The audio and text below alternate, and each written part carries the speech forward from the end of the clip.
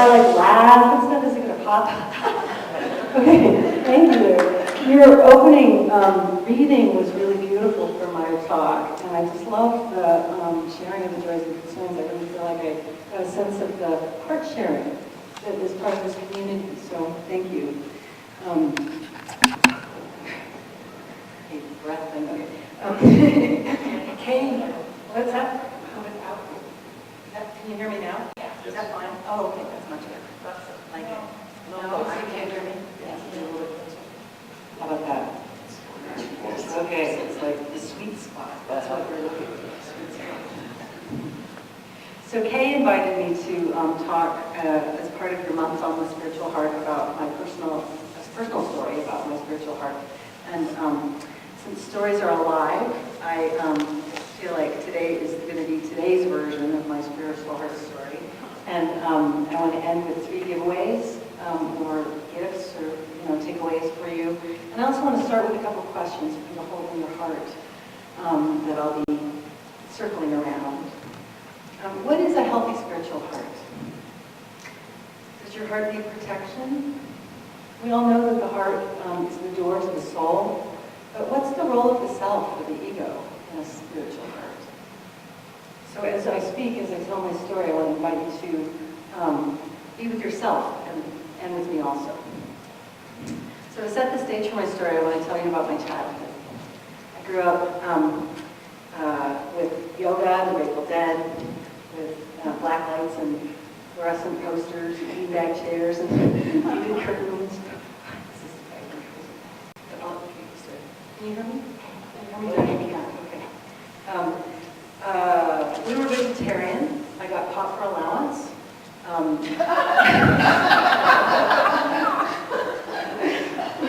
We visited intentional communities. We picked up hitchhikers who more than once came home and lived with us. There was divorce and petty crime and sexual abuse, random kind of boundary violations. I could really tell shocking stories, but that's really not the point.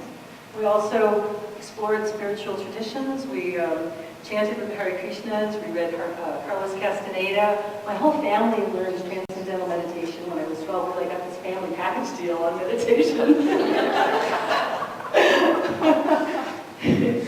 I was told, we never joined anywhere. We sort of dropped in at different churches and things, but we never joined anything. I was told that all religions speak the same truths, but it's just really hard to put into words what they're trying to say. That was really a lot of wisdom, and for whatever reason, I latched on to spiritual teachings really early as my hope, the way that I was going to really make sense out of the confusion that I experienced and the uncertainties in my life.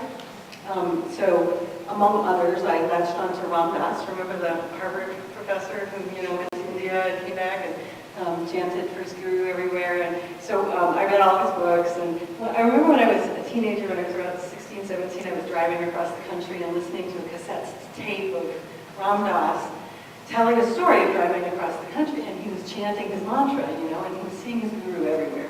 He saw his guru in the mountains and trees and the cars going by. And he must have been driving really slow because then he looks up and sees red lights in his mirror, And he thinks, my guru! And so the officer comes up and he's like, Ram Dass's heart is like, he's beaming and he's like, my guru! And the officer tries to stay composed, but, kind of like gets in and they're having a love fest, these big grins and the officer's writing the ticket or the warning or whatever. And then Ram Dass drives off feeling like he'd just been blessed by his guru. So I listened to this story and Ram Dass says, in the takeaway, Ram Dass says, the deal is that the heart keeps away the store. The heart keeps away the store, he said. And he said it several times, the heart keeps away the store. And it really resonated for me because it really encapsulated for me what I had experienced in life. My mother even used the word selfless as her idealized hope for what she wanted to be. And so what I got from my childhood about the spiritual heart is that the idea, what the spiritual heart was about giving away everything, not just possessions, but self, like giving away everything, like having nothing. So now I'm wondering what's in your heart. And mine is like, a little nervous about this exposure, right? It's normal. But for me, I come from like this background of really deep confusion and mixed messages about protection and safety and risk. And what does it mean to have a healthy heart? There weren't boundaries in my home, but there also weren't boundaries in the world. When I looked around in the world, I saw, the land was being raped, there was sexism and racism, there was guns, there was violence, there was alcoholism, there weren't grown-ups anywhere. My grandmother was a professor of child psychology. She was society's expert in children. I was a child, she had no clue how to connect with me. She really had no idea what I was experiencing or what I needed. And this was terrifying to me. There was no support for what I needed, Fortunately, I had a very sharp mind. And my mind was very good at building some structures to support me because I needed it to help me cope with all of that. I learned how to say no using words. It's not an easy lesson. I learned how to say no often and whenever I needed to. I also learned how to say no without words. Like when I was growing up, we picked up hitchhikers. When I saw a hitchhiker, it felt like there was somebody who needed to go where I was going and there was space. And, it just felt like, why wouldn't I offer that space? It felt like it was so obvious. But then in my teen years, I picked up a hitchhiker who was wanted for murder in 7 states. And I learned to say no, and even today I feel guilty for not picking up hitchhikers because I feel because my heart wants to go in the store, It's just the way I was raised. But I learned also to say yes. I was rear-ended one day, and the next day I got a job offer, and it was Grace. It was a place working with people with disabilities, and I really learned about human interdependence. I learned to ask for help. Please help me, I learned that I naturally give, and give abundantly and spontaneously, and with great meaning when my needs are met. But knowing how to get my needs met has been a really hard, complicated journey. So my mind wrapped around that challenge. I learned and tried to learn how to take responsibility for my needs, I learned how to trust, how to build trust incrementally instead of just like the way it was early on. I learned how to communicate with honesty and how to clean up my mistakes. I remember one time somebody was furious at me for good reason, and I showed up and I just received it, and with zero defensiveness, and it really made a huge impact on her, and it made an impact on me too.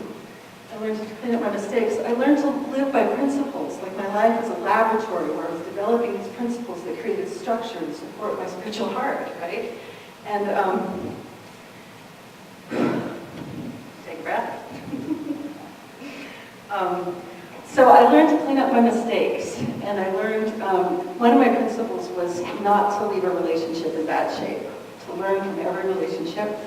And so the truth is that I outgrew layers of friends, so I didn't have a lot of stability in my social world. My mind really championed this learning process, creating structure, but I also continued doing spiritual practice and spiritual seeking in many traditions. It was really meaningful for me, but there was this dissonance between those teachings and what was really happening for me. As my mind's strategies seemed to work better and better, I had competence and meaning in my life. I trusted my mind more and more, and then I totally followed it off a cliff. I went into an academic career that I was utterly unsuited for, but I had no way of knowing that, I just followed that where it went. And then I had a midlife crisis, and I was brought to my knees, and I prayed for teachers and healers, and found wonderful teachers and healers, and learned a lot from them. But there was always this dissonance, and for a decade, I looked for a teacher who could answer my question. Like, what is a healthy ego? What do spiritual teachings teach us about how to have a healthy spiritual heart, a protected heart? What do we know about that?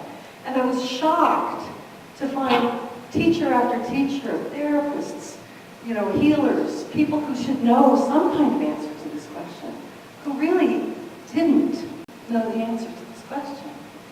And eventually, I asked a Sufi at a Sufi seminar. I raised my hand and asked my question. And he said, well, first I better check and see if I have a healthy ego. I was like, this is promising. And then he fell silent. And I knew that he set his ego aside and he listened to the great silence, to his many unseen friends. And after a long while, he said, here's something. A healthy ego is one that protects when protection is needed and doesn't protect when protection isn't needed. A healthy ego is one that protects when protection is needed and doesn't protect when protection isn't needed. So that's my first gift to you today from my spiritual journey of my spiritual heart. And I invite you to just check in and see, is your heart protected when protection is needed? Is your heart also protected when it's not needed?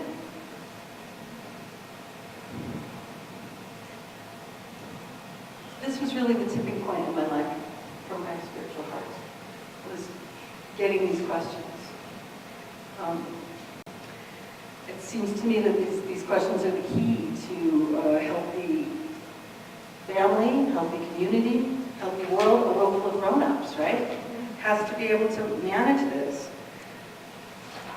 This gift comes from my search for self. My second gift comes from my search for love. My search for love. Love was really elusive for me, but not for lack of trying. Throughout my 20s, I really worked on building skills in my friendships and bringing up my family of origin relationships. And then when I turned 30, I said, I want a truck and a job and a boyfriend. And I totally expected that it was going to take me a whole series of relationships to learn how to have the kind of love that I wanted in my life. And every relationship I showed up, I cleaned up my mistakes, I learned from it, I did my best to love the one I was with. And it was just so elusive. I tried, dating scheme after dating, online, whatever, finally I just gave up. And now you know what comes next, right? So, like out of the blue, I met someone who sent me an email and said to introduce me to someone who was described as a true gentleman. And so this was just so fluky, and I had low expectations. It was like, okay. But a true gentleman he was, with arms wide open and a really big heart. And our first few dates seemed to go really well. And so it was promising. I didn't want to get my hopes up too much, but, was willing to give it a shot. And then we were going to go for a walk at the Metcalf on a Saturday. And I woke up that morning just feeling so vulnerable, so tender in my heart, like just unprotected somehow in my heart, and really hard on myself about it. Like feeling kind of the full weight of my past trauma and confusion. And like it doesn't happen very often anymore. It used to happen really often, and it's kind of tapered off. But when it happens, it feels as bad as it ever did. And that was happening that day. And I was so worried that this was going to undermine this promising new relationship. And I just felt beside myself. I was tied up in knots, and how you can get, I guess. And here was the Bitterroot River and this owl looking over us, and I'm like, there's no danger, But I'm like, and finally I have to let him in on it, and so I started crying. And he put his arms around me, and he said, I can't fix it, but I can be with you. I can't fix it, but I can be with you. And I just want to share that as my second gift to you today, that when we try to fix it, what we're doing is we're feeding that ego that's trying to overprotect or underprotect. It undermines the real intimacy that's available. That all we can really do with each other is to just really be present with what is. And since then, he's done that for me many times. I've done it for him and for other people, and maybe especially for parts of me that need me to be with them. So like right now, turning to the nervous part of me and saying, hi, I hear you. It's okay. You can be just the way you are. No need to change. I'm with you. And maybe you're with me too. that part too. And maybe there's something in you that, you're with right now, some loss, some worry about someone or something in your life. And so this gift about just being with and not trying to fix, I offer, especially if you're feeling helpless or if you're feeling like there's an urgent need to flee or something. Because those are really powerful doorways into the soul, through the heart, into the soul, to God, to the one. So take what you can use and leave the rest. My first, big sigh, just take a sigh here. So my first gift came from my search for self, and my second gift came from my search for love, and my third gift comes from my search for belonging. You all know a lot about that here. This is a beautiful community, and it's really a treasure, and I honor the work that you've done to create community. Maybe you already know what I have to share. Hopefully it'll be helpful. It's like my search for my place in the family of things, as Mary Oliver says. I love that phrase. My place in the family of things. So I know that I come from the very individualistic end of the human spectrum, right, of cultures. So I look to the collectivist end for wisdom about belonging. And I want to share with you this book, Braiding Sweetgrass. Anybody know this book? By Robin Waldkimmer. She braids together stories about from her Potawatomi tradition, Potawatomi Nation, and then also stories from her work as a botanist. She's a scientist. She loves plants, and also stories from her life in these three braids. And in story after story in this book, she teaches us about the reciprocity between humans and nature. And in one story, she tells about a classroom of students who she asks first to share examples of ways that humans benefit from nature. And there's lots of hands and lots of answers. And then she asks for examples of ways that nature benefits from humans. And silence. Nobody has any examples. But from her culture, she has many examples. She tells them in this book. It warms my heart so much to read these examples because it fills out this experience of my place in the family of things, to see how this reciprocity happens throughout life, throughout creation.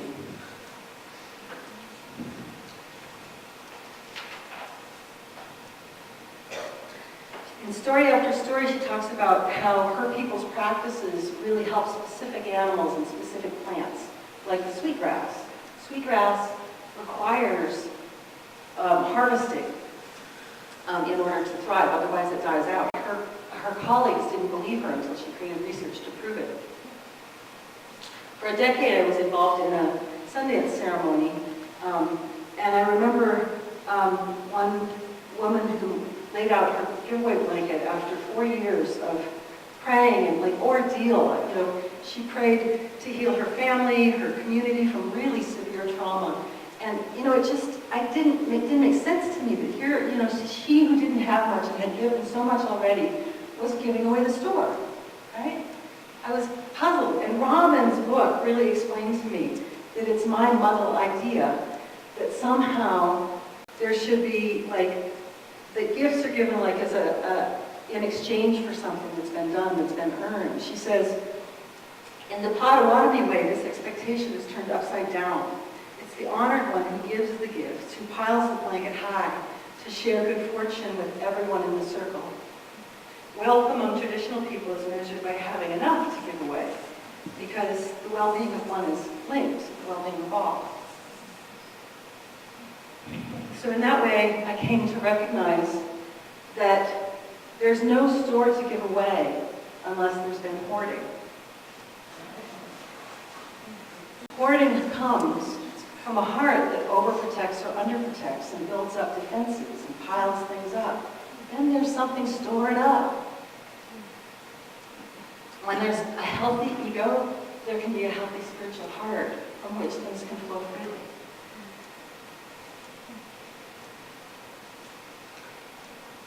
She says, hoarding the gift, we become constipated with wealth, bloated with possessions, too heavy to join the dance. I'm still bloated and constipated. I'm often too heavy to join the dance, but my spiritual heart now knows what it means to be protected and not overprotected. My spiritual heart knows what it means to be healed by loving presence that stays, instead of rushing ahead to try and fix things. And my spiritual heart knows that our work, for those of us who are white people on this continent in 2019, our work is to free our hearts from the hoarding that suffocates our reciprocity with the rest of life. So my third gift to you is an invitation to the Heart's Giveaway, to giving in reciprocity with the rest of life from a healthy spiritual heart. The Potawatomi word for giveaway is Ninudwik, maybe, which means they give from the heart. And the root word means gift, but it also means bury. So I want to close with a reading from Robin, from Lessons from Our Friends the Berries.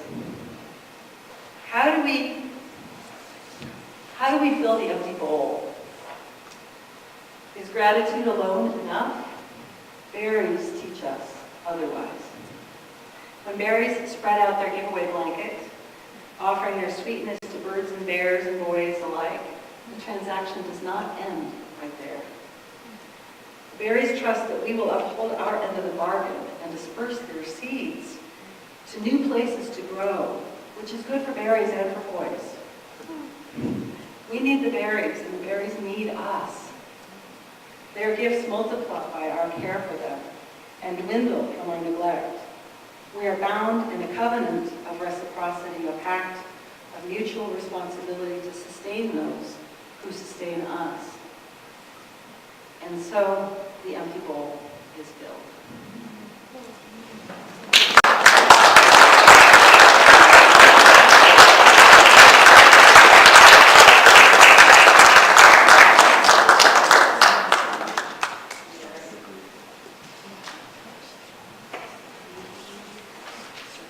Well, that was fun.